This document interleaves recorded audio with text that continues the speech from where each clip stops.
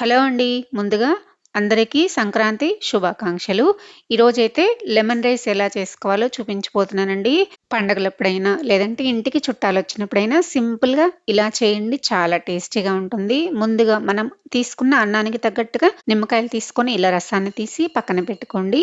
ఇప్పుడైతే ఆల్రెడీ ఉడికించుకున్న అన్నాన్ని ఇలా ఒక గిన్నెలోకి వేసి ఆరబెట్టేసుకుందాము. ఇప్పుడు ఇందులోకి ఒక స్పూన్ వరకు నూనె వేసేసి అన్నానికి బాగా పట్టించండి. ఇలా నూనె వేసుకోవడం వల్ల అన్నం పొడి పొడిలాడుతూ వస్తుంది. ఇప్పుడు ఒక కళాయి పెట్టేసుకొని అందులోకి 4 స్పూన్ల వరకు ఆయిల్ వేసుకొని పావు కప్పు పల్లీలు, పోపు దినుసులు, ఎండుమిర్చి అలానే 8 జీడిపప్పులు వేసేసుకొని ఇవి గోల్డ్ కలర్ వచ్చేంత వరకు ఇలా కలుపుతూ ఫ్రై చేసుకున్న తర్వాత ఇందులోకి తగినంత పసుపు వేసుకొని ఒకసారి కలిపేసుకున్న తర్వాత కరివేపాకు అలానే సన్నగా కట్ చేసుకున్న కొత్తిమీర వేసేసుకొని ఒకసారి ఇలా కలిపేసేసి స్టవ్ ఆఫ్ చేసి ఈ పోపుని అన్నంలోకి వేసేసుకొని ఒకసారి అన్నంలో బాగా కలిసిపోయేలాగా ఇలాగా కలిపేసుకొని మీరు తీసుకున్న అన్నానికి తగ్గట్టుగా ఉప్పు అలానే నిమ్మరసాన్ని వేసుకొని బాగా కలిపేసేసుకొని టేస్ట్ ఒకసారి చెక్ చేసుకొని సర్వ్ చేసుకోండి. చూసారు కదా, సింపుల్గా చేసేసుకోవచ్చు. వీడియో నచ్చితే లైక్ చేసి సబ్స్క్రైబ్ చేసుకోండి. Thanks for watching.